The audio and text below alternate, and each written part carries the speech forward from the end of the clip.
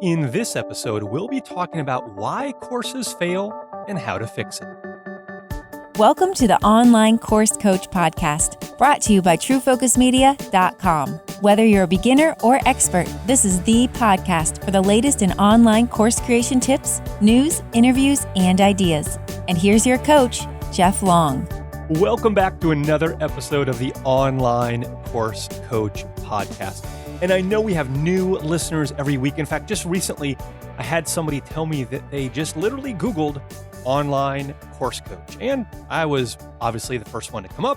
And so we had a great conversation about coaching, about courses, and all that good stuff. So in this podcast, we talk about anything from marketing to building your course to even building your audience and how to create successful and effective course videos.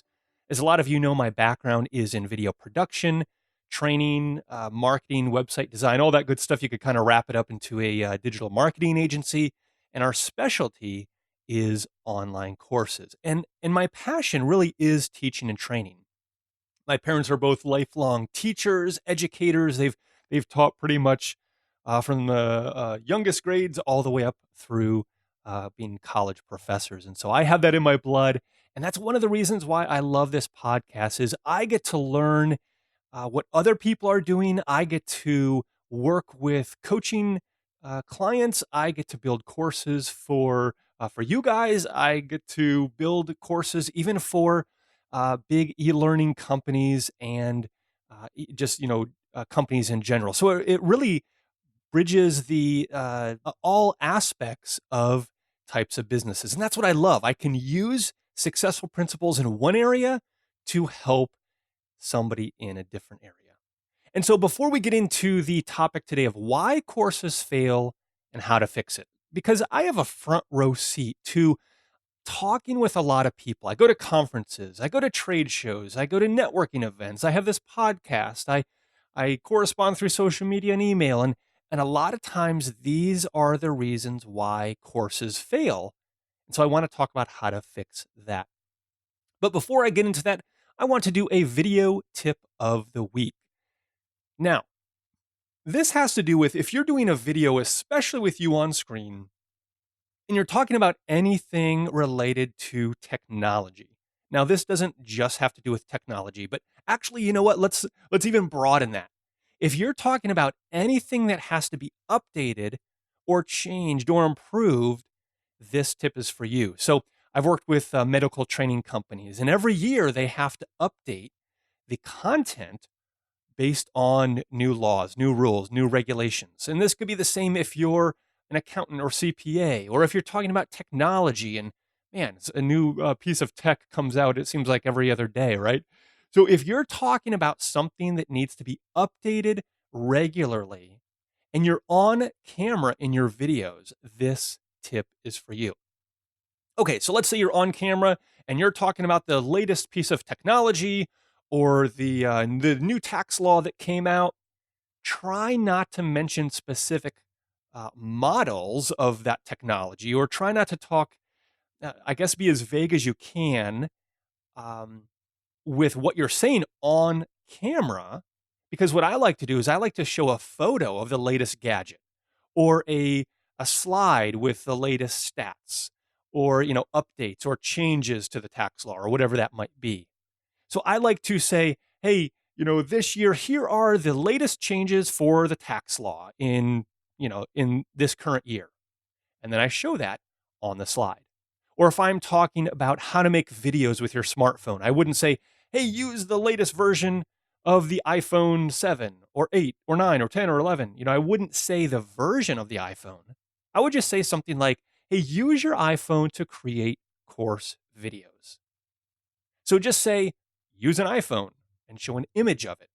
Because really, it's easier to update that photo than to redo the whole video portion again, right? So instead of reshooting that whole video, if you have 10 modules or however many modules and they're 10 minutes each, 20 minutes each, whatever length they are, it can get really time consuming to update those with every new model, with every change, with every tax law, whatever that might be.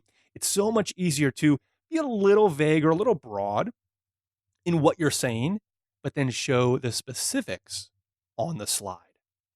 So think about what you want to say on your videos and then what can be easily changed with an image or slide versus you saying that specific thing on camera, because it's going to be much, much, much easier to change and update a slide versus update your video moving forward. Now, some of you don't have courses that need regular updates, and that's fine. But I know a lot of you do have, real estate training videos or different courses where the content needs to be updated regularly. All right, so I'm going to be doing these video tips of the week for a while here because in the next few in the next few weeks, I'll be releasing easy video for courses. Well, I hope you like that video tip of the week. I know it sounds kind of strange, right? On an audio podcast to have a video tip of the week, but it's a tip of the week about how to make better videos. Maybe that's a better way of saying it. And in the next few weeks, I'll be re-releasing Easy Video for Courses, an online course that teaches you how to create effective course videos in half the time. And I'll be sharing more about it in another week or two. But for now, you can go to onlinecoursecoach.com/7 tips to get a free video on 7 tips to create better course videos. And then I'll also keep you updated when the course is available. I actually plan on giving a discount just to you, the podcast listeners. So make sure to subscribe to the podcast and listen to future episodes to learn more. Now, another thing before we jump in is I will be at Social Media Marketing World February 27th through March 2nd. So if you're at Social Media Marketing World, definitely make sure to chat with me. You can tweet me. My Twitter handle is at Jeff_Long. That's a little line underneath, right?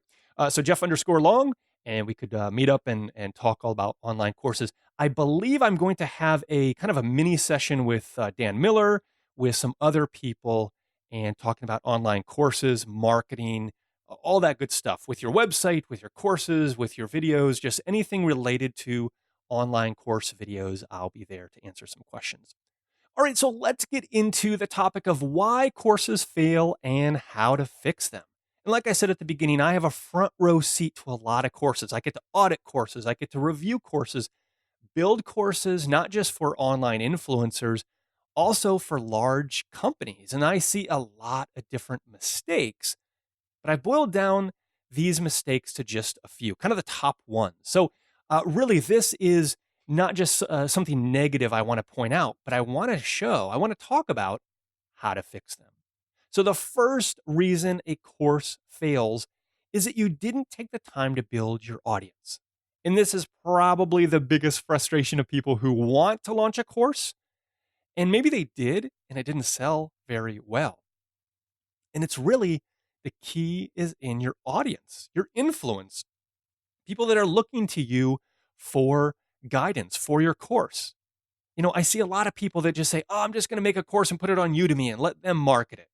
Well, you might get some sales here and there, but then, let's say you sell it for $100, Udemy is going to send out coupons regularly for, $25 off, 80% off, whatever that might be. You can't control the price. And so you have to be fine with that. Or what I do is, and what I recommend is building it on your own website and then building your audience. So one of the first steps I do with my coaching clients is we talk about, how big is your email list? How big is your influence? Your Facebook followers, your Twitter, your Instagram, your YouTube fans and followers and all that good stuff. And don't discount those. Don't discount your audience, your influence, and who is paying attention. And this can be intimidating, right? Because, we just want to teach and train. Some of you are just teachers and trainers, and you have a heart, you have a passion for that. Some of you are more entrepreneurial and you want to find different courses that you can teach people.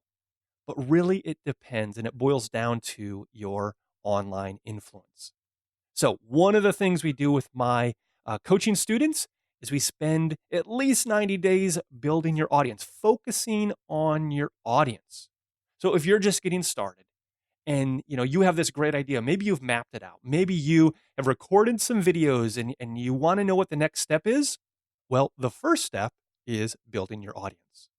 Now, if you want to learn my strategy for how to deliver bonus material to your audience and really how to build out that system, because really what you want to do is you want to give awesome content. It might be a Facebook Live, and we'll talk about 10 strategies here in a second, but learn my system, my strategy for delivering bonus material to your audience and then gathering their their email address. So I give the software and systems that I use for myself and my students. You can go to onlinecoursecoach.com/free guide setup, and you can learn all about that. It's free, obviously. Free guide setup, right? All right. So here are 10 strategies to help you build your audience. Number one is go on podcasts, be a podcast guest, kind of borrow their audience, right? I have seen countless people go from 0 to 60 almost simply because they were a guest on podcasts. My friend Aaron Walker is an amazing guy, amazing leader, amazing businessman, father, highly has a lot of integrity. I could go on and on. He started his business. I met him before he had this big, huge online business. All he did is go on podcasts and be guests. I think he's been on several hundred podcasts now and has quite the audience and quite the influence. So find podcasts that, first of all, do interviews. Secondly, are updated regularly, at least once a month if or more. And that, like I said, do interviews and that are in your circle of influence or in your topic. If your topic is teaching real estate, you might not go in a healthy eating podcast. I don't know, maybe if they accept people talking about real estate, but just make sure it's within the same topic as your course. Number two is do Facebook Live videos. So if you don't have a Facebook page, you could do this personally on your personal Facebook page. I don't recommend it. I recommend, kind of a business page, whatever. But do Facebook Live videos. And at the end, give away something for free. Say, hey, if you want to learn more, go to this link, website.com/link, and you can download my free guide and blah, blah, blah, blah, blah. And that's what I talk about in onlinecoursecoach.com/free setup guide is how to do that, how to set that up.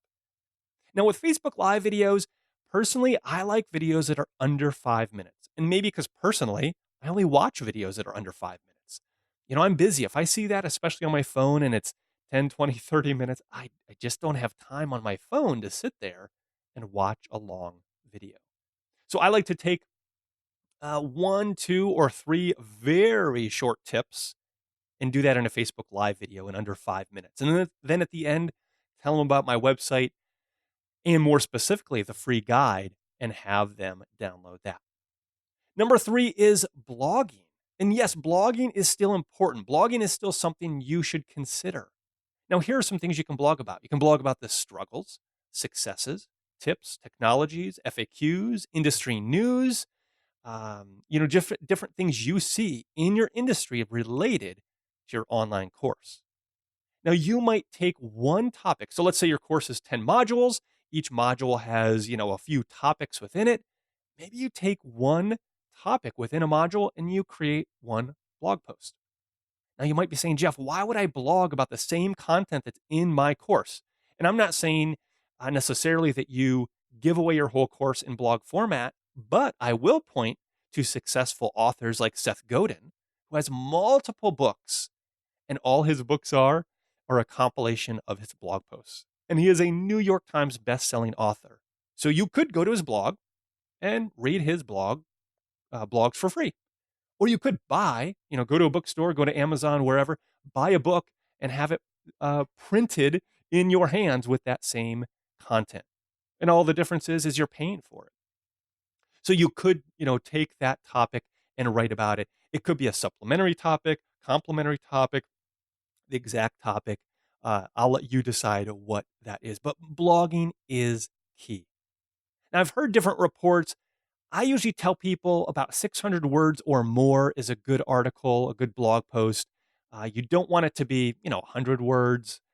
I've seen different reports about what Google considers content. So if it's like 2 or 3 sentences, I don't know if Google indexes that and counts it. So I always try to go for at least 600 words, which is about 3 paragraphs. So 3 to 4 paragraphs. So that's something that's easily attainable. And then at the end of the blog post, again, put a something free that you're giving away. Now, with all these giveaways, I don't recommend creating, 50 giveaways. Start with one and give away that on podcasts, on your Facebook Live videos, on your blogs, et cetera, et cetera. And then add some. Add 2, add 3. The more you add, the more people are going to be intrigued by these free things you're giving away. And then you can add them as a resource uh, on your website. So maybe you have a resources button on your website and in your menu. I've done this for a lot of our clients where we have a page dedicated to resources, and there's a grid with 3, 5, 10, whatever it is, resources. So people can easily go to that page, find a resource that applies best to them, and download it. And then when you're on the podcast, you can say, hey, I have a whole page dedicated to these free resources. Go to mywebsite.com/resources. You can download those just for you. All right, so number 4 is answer questions in Facebook groups.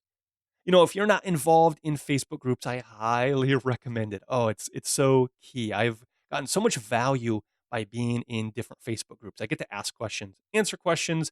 I get to learn about different things that people are doing and reading and learning. So get involved in Facebook groups. Answer questions.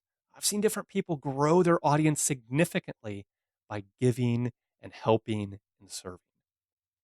Number 5, we already talked about this a little bit, but give checklists, give guides, give helpful tutorials and tips and resources away in exchange for people's email address. Again, go to onlinecoursecoach.com/free guide setup to learn how to do that. Number 6, make tutorials.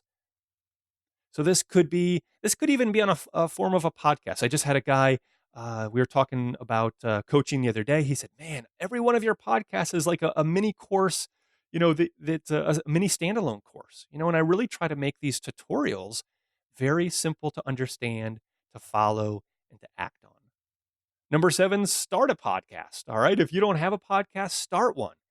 Even if there are podcasts in your same industry, in your same area, there's other podcasts in my area, and that's fine. There's some, I'm sure, great podcasters, great people out there. So don't be intimidated because somebody else is doing it, because I can almost guarantee in your industry, in the topic of what your course is, that somebody has a podcast related to that.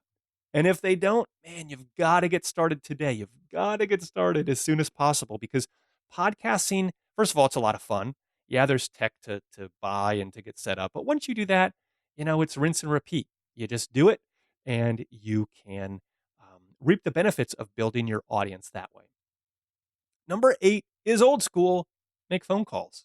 All right. If you need to call influencers, if you need to call people that would be your potential audience or students or buyers, hey, make phone calls, reach out to people. Don't hesitate to make phone calls and send letters and text messages, kind of do the old school, hit the ground, hit the pavement. If you need to call different organizations or agencies that are connectors, that are influencers, make those phone calls. Number 9, create tutorial videos. Create how-tos. Maybe you put these on YouTube, you put them on Facebook, and then you grow your audience that way. And then again, at the end, you have a giveaway, a guide, a checklist, a resource that you give away. All right, before I do number 10, let's review these 9 ways to build your audience. Number 1, go on podcasts. Number 2, do Facebook Live videos. Number 3, blog about struggles, successes, tips, technologies, FAQs, industry, news, etc. Number 4, answer questions in Facebook groups. Number 5, give guides and checklists away. Number 6, make tutorials. Number 7, start a podcast. Number 8, make phone calls. Number 9, create tutorial videos. And then number 10, reach out to influencers and ask how to serve them without selling to them. So this could be, if you have a podcast and you do interviews, maybe at the end say, hey, it's been a lot of fun, getting to know you. And we're talking about off the air here. So if once you're off the air, not recording, say, hey, it's been really great talking with you. Is there any way I could serve you or help you with X? And give an example. Because a lot of times we say, hey, let me know if I can help. And they say, oh, sure. And they get busy. But if you say, hey, can I help you improve? I noticed something on your website. You don't have, any guides or checklists or resources. Can I help create one for you? I'm really good at design or building these amazing graphic infographics or whatever. I think I could really help you. And start to build your audience with influencers because I've seen it time and again where they start promoting you simply because you helped them. All right, so that was just the first topic of why courses fail and how to fix it. So the first one is, again, you didn't build your audience. You didn't build your influence. So spend the next 90 days building your audience, building your influence, and don't forget to go to onlinecoursecoach.com/7, or excuse me, free guide setup. Now, the second way that courses fail is your audience wasn't well defined. You didn't take the time to go through and think about who your audience really is. What are their ages, income levels, their likes, their dislikes? What are they trying to accomplish? What are they struggling with? What are their questions? Because a course that's very broad, hey, I have a course for anybody that's breathing, all right, isn't going to sell well. But if you know that your course is specifically for people who make between, $75,000 and $100,000, they drive this type of car, really envision who that person is. And it might be multiple people. It might be, hey, it's a single mom who struggles with this, or a married couple between this age range that, their kids are out of the house, or you might have several different ages, and that's fine. That's normal. But the more you define who those avatars, those customers are, the easier you can speak to them. And so if you have, let's say, three different types of student avatars, you can market to them. You can create content for them. And so, maybe one is that single mom. You want to help her do X, Y, or Z. And then the second audience is, like I said, maybe a married couple that their kids are out of the house and you want to address their concerns. So very different audiences, but you can direct your content to each audience. So make sure that your audience is well defined. If you want some helpful tips about how to plan your course, how to build your audience, think about who your audience is. In the coming weeks, I'll be coming out with a mini course on that very topic of planning your course, who your audience is, and really laying the foundation for a successful course. So if you want to learn more about that when that comes out, go to onlinecoursecoach.com/planning your course. And you can sign up for that and get alerted when that mini course is available. All right, so number three, the third reason why courses fail and how to fix it is you view your course as a singular event with a launch and you don't think about it as a marathon. Now, maybe you're thinking about, having a launch strategy and that's the only strategy available. Because a launch, you hear these big gurus about, hey, have a product launch, have a course launch, have a launch. But a launch is really just a one-time thing. And maybe a launch does work with a large audience. If you have, thousands of people on your email list, you have a lot of influence, a launch does make sense because you can package all the effort into, one event. And maybe that's multiple times a year, and that's fine. And I don't think there's anything wrong with a launch, but a launch is not the only way to have a course. You know, you're there to serve your students before, during, and after a course, not just, for these massive launches. So my view is consider other methods. Maybe you do want to have your course available year round. And for many industries, that's a must. You have to have your course available year round. A launch doesn't make sense. I go into depth about this topic on a different podcast about how to serve your audience and how to serve your students before, during, and after the course. So go to onlinecoursecoach.com/value to to listen to that. That's /value. And I know I'm giving out some different links here. You can go to the podcast page specifically for this, and all the links will be there. So just go to onlinecoursecoach.com. You can find the podcast page and find this podcast pretty easily. There's even a search bar on the podcast page. You can search for, why courses fail, and this one will come up. So, don't just view your course as a specific singular launch that you do one or multiple times a year. Think about it as a marathon. That's really why you're building your audience, because you want to be serving them, finding out what they need, finding out what they struggle with, and offering course content directly to them. So maybe for you, instead of doing a launch, maybe you partner with people multiple times a year and they kind of do this launch. Or maybe you have one or two times a year where you discount the course a little bit. But what I like better on the flip side, I don't really like discounting too much.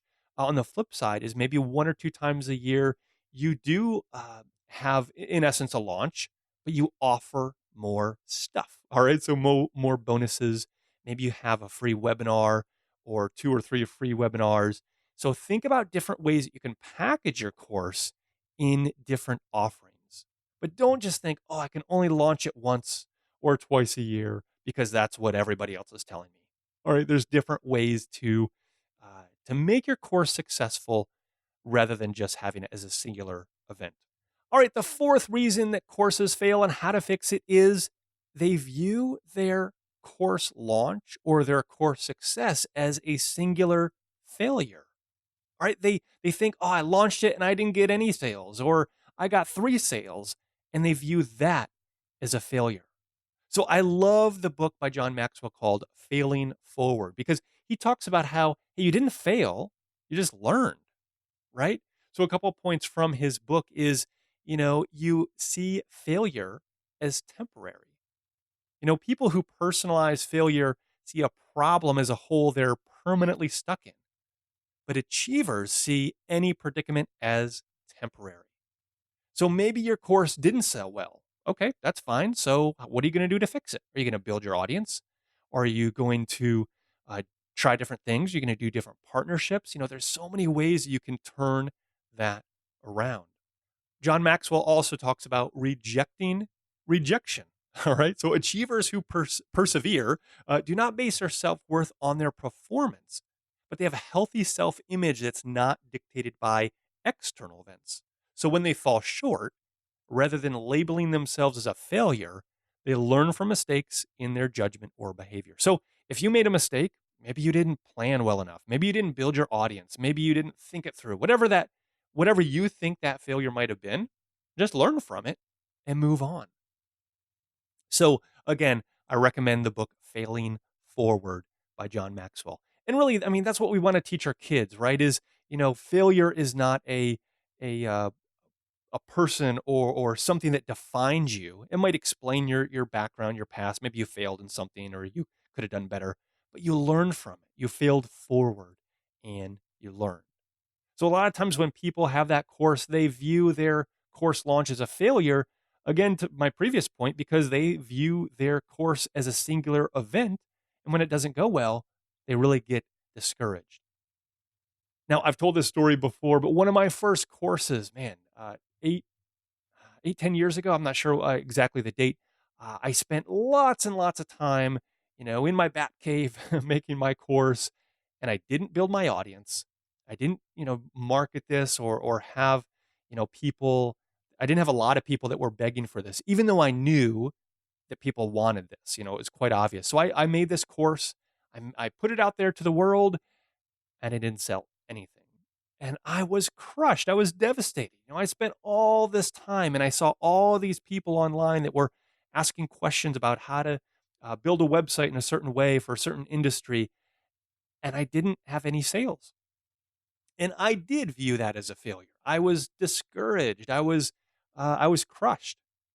But as soon as I got over that, I started to get to work. I built my audience. I made phone calls. I reached out to influencers. I did joint ventures. And one of my joint ventures brought in over $10,000 in its first kind of release or launch or whatever you want to call it. So I was able to turn that course around, make it successful, and serve a lot of people. So I learned that, again, I didn't fail. I just learned how to succeed. All right. So the last reason that courses fail and how to fix it is you compare yourself, right? Maybe you're comparing yourself to these online gurus who have thousands of people on their podcasts, or thousands of listeners on their podcast, or thousands of people on their email list. And man, they can send an email and make thousands of dollars, right? And you just have this email list of a few hundred, or maybe it's a few thousand, or maybe it's zero. So you're comparing yourself to others who who are good at promotion, who are good at marketing. Maybe you're comparing yourself to somebody in your industry that has a lot of influence, that has a lot of students in their course. And you know what? They started out just like you. So there's a couple things I want to say is, don't get discouraged just because there's people out there doing it better than you, that have kind of started before you. Think about what they did to achieve that success. And even, are there any ways you can partner with them? So maybe they have this massive successful course. What are some ways you can create a supplemental course and maybe partner with them and say, hey, I want to offer your course to my audience. I have this course that kind of supplements it. What do you think? And maybe pitch that even before you make it. One of my uh, coaching students has a course, and it's very successful. So you might be thinking, wow, how many hundreds or thousands of students has this person had? Well, they've released it almost every month because they go through it. It's a very intimate course. It's a very um, teacher driven and student. It's like a real classroom. They all go through it together. It's not meant to be a done for you, or just a digital product that you can do on your own. So you go through it together in a 4-week class. And every time she releases it, I mean, there might be 10, maybe 20 people that go through it. So you might be thinking, oh, that's so insignificant.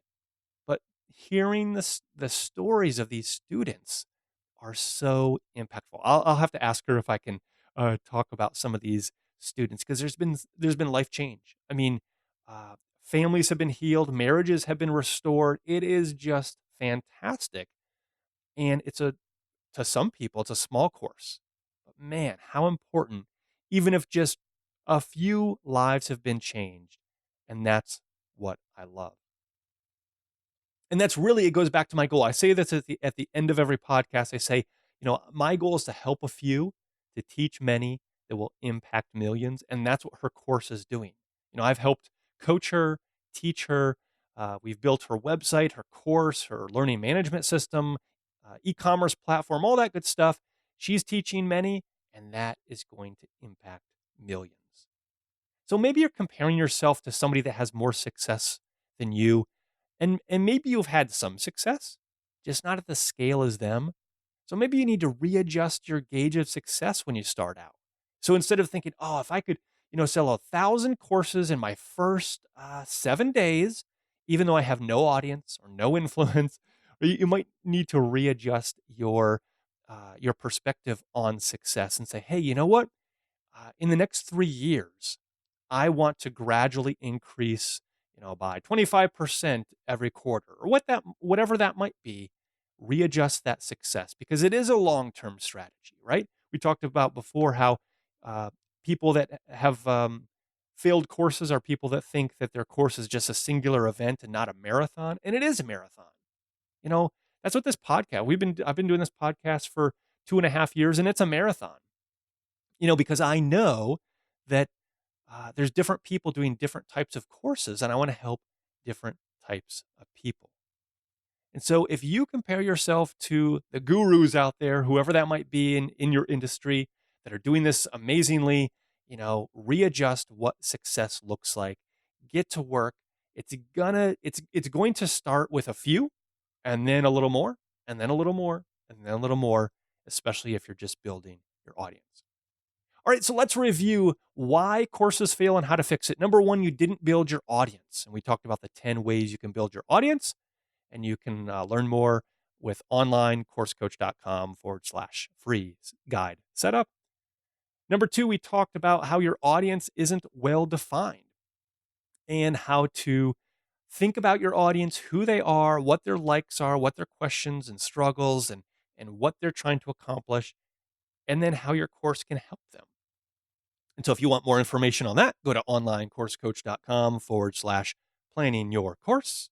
Number 3 is you view your course as a singular event with just a launch and not a marathon. So when it doesn't work, or you don't sell many courses, you get discouraged.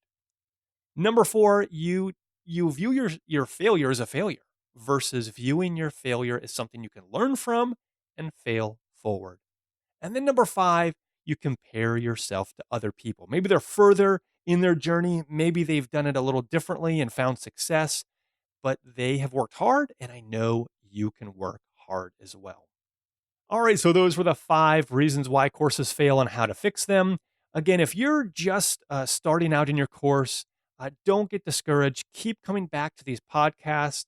On my website, there's also videos and other resources, and I've tried to make a very helpful website and things. So go to onlinecoursecoach.com, check all that good stuff out. And remember, in the next couple of weeks, I'll be re-releasing the easy video for courses because I've heard so many people say one of the hardest things that they struggle with is creating the video content for their courses. What technology do you use? What camera? And then how do you teach effectively on video, especially if you hate being on camera, right? Which is almost everybody, including me. I don't love being on camera. Kind of takes me to kind of work up to it and get excited. And so the course talks about 10 different ways to create easy video for your courses. So if you want to learn more about that, check out onlinecoursecoach.com/7 tips, where you can get a free video on 7 simple tips to create better course videos. And then I'll update you when that course is available. All right. Well, keep coming back to the podcast. Keep coming back to the website. I love the questions coming in.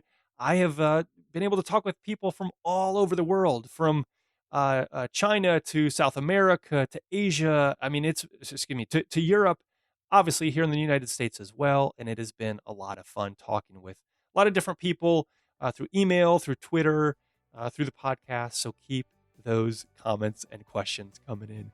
Well, hey, it is my pleasure. It is my goal. I love this podcast where I get to help you build your course, build your audience, because as I say it at the end of every podcast, because it is my goal to help you to teach many, to impact millions.